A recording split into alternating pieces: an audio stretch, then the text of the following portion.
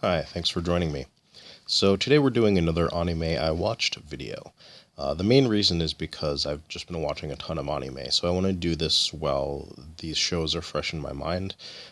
This is another low quality vid. I do actually have some better equipment coming, courtesy of my Patreon patrons. So I want to thank them a whole lot for that. I have a condenser mic, a pop filter, and a stand for the mic coming. So I'm gonna have those, right by my PC, and that, at least for now, especially, is gonna allow me to maybe make some better quality videos where at least I can get some good audio and maybe show, some pictures from the internet or something like that. But for now, I'm just gonna hold up these cases basically and just talk about the stuff that I just watched in the past couple weeks. So the first thing here is Orguss, Super Dimension Century Orguss. I was so excited for this to be released. This is a release from Discotek. I believe I think they have a yeah, Eastern Star is like their label that this is under, but it's all Discotek, and I was just so excited when they were releasing this. Now, the reason being that this is a show that I encountered way back in the day. And, it's one of those early things. Like, I didn't really get into anime until I got into college. And this wasn't one of the very first things I saw, but the comic book store, like in near my school, had a really great section of VHS anime that you could rent. So I would see quite a bit of anime from renting from this comic book store. And Super Dimension Century Orguss was one of the things. Now, I don't think that it was released by Streamline, but whatever company it was, they did have that kind of Streamline philosophy where these were dubbed VHS episodes. I think each tape had 2 episodes on it. And yeah, it was just sort of a full like dubbed localization, and it was fun. Like it was a really fun series. But the really sad thing is it was never completed. Now, having gotten a chance to watch this years and years later, I'm finally able to complete the whole thing. Which it's just this has basically been 20 years in the making. So the it seems like I probably didn't see actually everything that was originally released, because I think the dubbing cuts out at about disc like 3 maybe, and there are like 5 discs, 35 episodes. Um, this is a really cool series.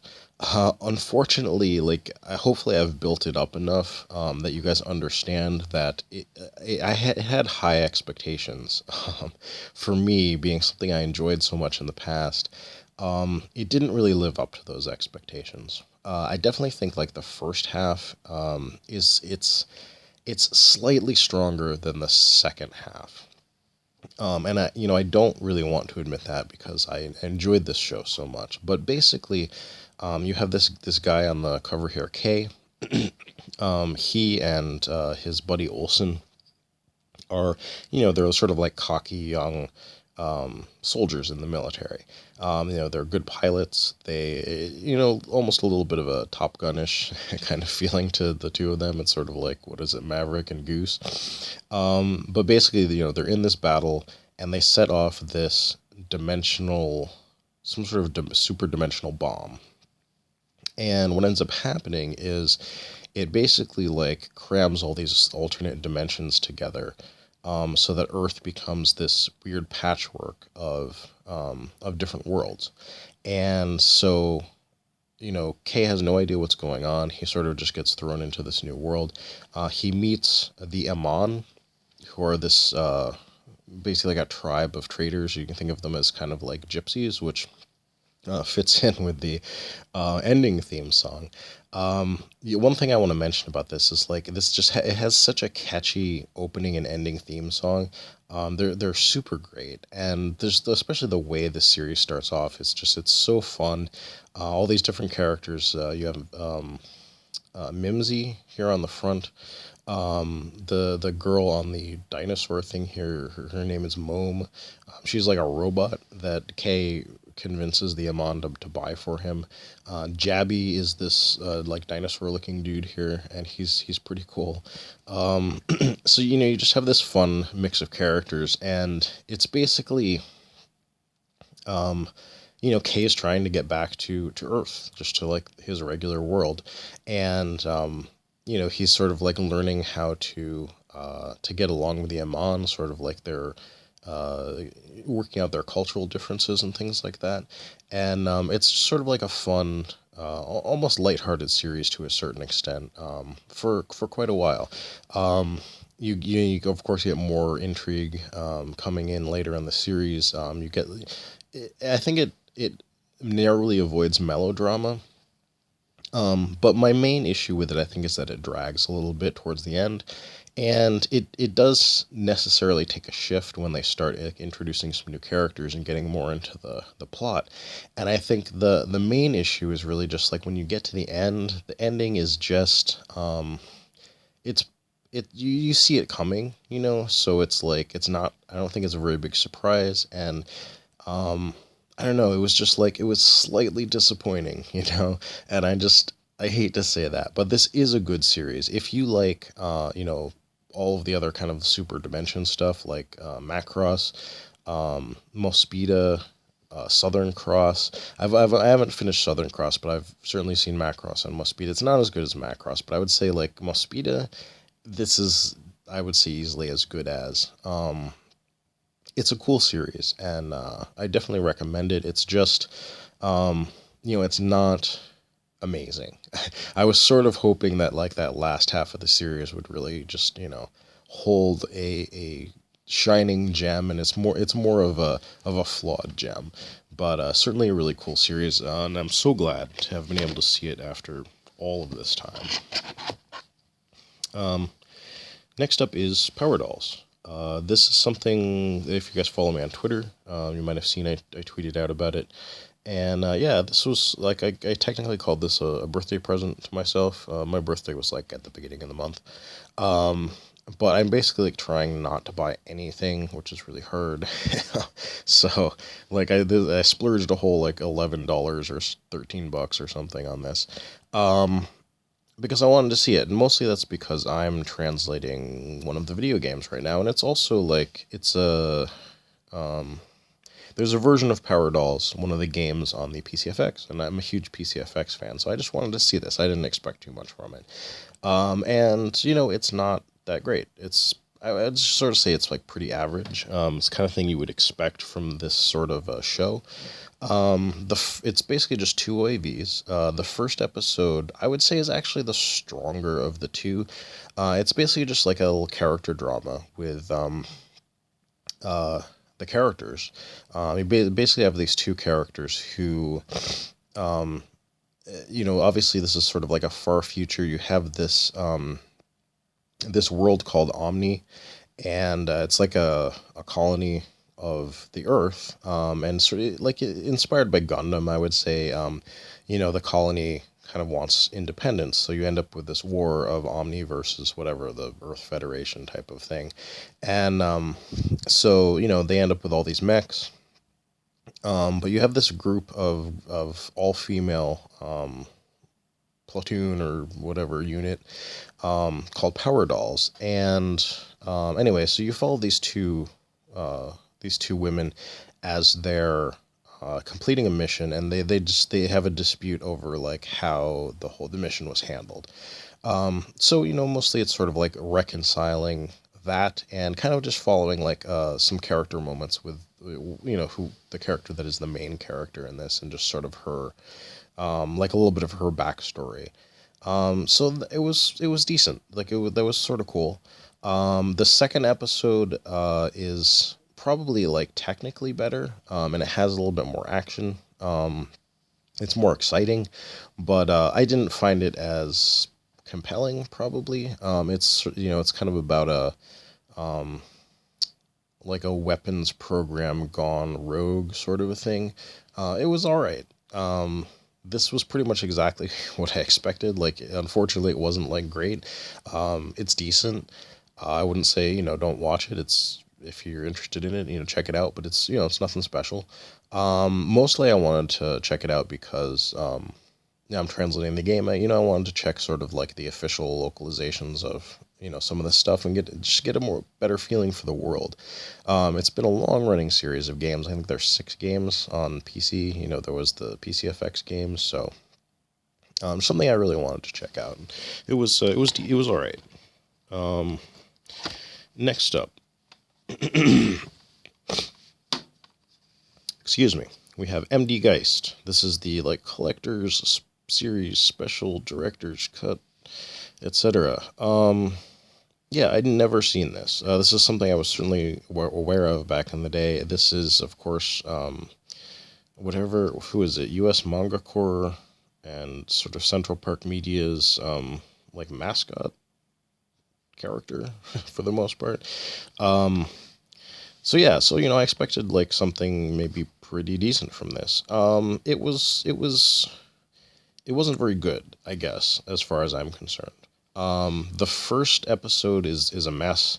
It's just let me think. So it's post-apocalyptic. So you're basically talking something along the lines of Mad Max, essentially. The premise is pretty interesting, actually. They've made like these super soldiers, and there was this. I think the MD is because they're like, what is it? Most dangerous. They're like MDS, the most dangerous soldiers, and so basically, like one of them was just like banished to a satellite in orbit around Earth, because like he was just too dangerous. So somehow I don't know, the satellite crashes, or I didn't even really like. Don't even really remember exactly how it starts off with that, but he gets loose on Earth. So pretty cool premise. But basically it's just him, like, kind of inserting himself into like the sort of the old war that he was fighting, where like the war's changed a little bit. I mean, you basically have like this one. He runs into a band of sort of Mad Max kind of thugs, and sort of hooks up with them. Like gets back into the military, but he's not even really an anti-hero. Like he's kind of like the villain. So, I mean, honestly, that probably sounds more interesting than it is. I mean, and I guess it was decent. Like this wasn't bad. It was just like wasn't that great. Um, so then the second episode, arguably might be a little bit better, just in that it does sort of set up a like a villain, sort of, even though the main character is essentially a villain. You have like a conflict anyway. So sort of like it's conflict at the very least. Basically, like another one of these most dangerous soldiers, which is cool. I think that's a cool direction for them to have gone with it. But like, it's unsatisfying. Like the storytelling isn't very good. It just kind of goes through the motions. You go through the scenes. The second OAV does bring back like a character from the first one that I think is like it's interesting, but ultimately like this is just it's it's pretty skippable, I guess I would say. It's nothing that special. Pretty average, certainly, and definitely nothing. I mean, honestly, I would say like you could skip it. You wouldn't be missing too much. Now that was a little disappointing because of course they say like I think all of these are like directed by the same guy that directed Genocyber. Um, but I didn't look. I don't think I think Genocyber, like the original manga, was made by that guy. What is it? Tony Take something Takezaki Takezawa, something like that. Um, and I don't think he had anything to do with MD Geist. Cybernetics Guardian, though, was the other one in here, as it says right on the top, from the director of MD Geist and Genocyber. And this was good. I liked this. This is the storytelling was like way decent in this. It was good. It was the storytelling actually is really, I think, maybe really good in this. Um, the general story itself not all that interesting ultimately, and I think that that's like the one thing that maybe like brings this down. But I thought the storytelling was really good, and they like sort of they set up real conflicts in this, like, and it's done really well in the span of like 40 minutes or so. It feels like a good, maybe even like a really good episode of Bubblegum Crisis. Only, of course, without like the ladies of Bubblegum Crisis. So basically, you have like the woman on the cover and like the big scary like mecha dude are like, the woman's is setting up this program to build this whatever soldier police officer using like some sort of metal that traps life energy in it. But it's interesting because basically, like, they're trying to, it sort of goes back to like that sort of crime and gangs in the 80s and stuff like that. They're trying to like clean up this slum of their town, which is literally called a cancer, which is sort of ridiculous. But so they make this mech suit that this dude is using, and they're like, okay, this is gonna help you, like, you can non-lethally, arrest people, and we're gonna clean up the streets. And but there's this one guy that like doesn't want this to happen, so he interferes. Like, he's like, it seems like he's also sort of like the boss of the project or something, but he has other plans. So basically, like, he gets set up as the villain. The guy who was basically like the test subject for running the spirit energy suit is like the hero, and then the woman, unfortunately, is like, she's basically just a love interest. Yeah, this doesn't pass the Bechdel test. Basically, it's it is what it is. But it's good. Like, I really like how the story was told in this. There is like another cop character that kind of shows up. He's a little bit more incidental, but yeah, this was like a really good short story. Basically, it was like a cool episode of, a cyberpunk thing. I mean, this is even animated by AIC, so the same people that did Bubblegum Crisis and stuff like that, and it was good. So yeah, this is the kind of thing, like, it would have been perfect to show on like, an anime club night, along with like, a couple of other things. It's like it's totally watchable and decent. So yeah, so those are the things that I saw. I hope that you enjoyed hearing my thoughts about those. And yeah, hopefully I'll have some better quality videos here coming up. Like I said in my last video, I still want to do some DVD stuff, and I'll be getting back to some gaming things here too, especially once I get more of my gaming stuff set up, with a focus on getting better quality video captured for the Dreamcast. That is something that I have equipment for, and I'm working out the kinks with it, but hopefully we'll have some of that stuff coming up here in the not too distant future. So thanks for watching. I hope you'll join me again.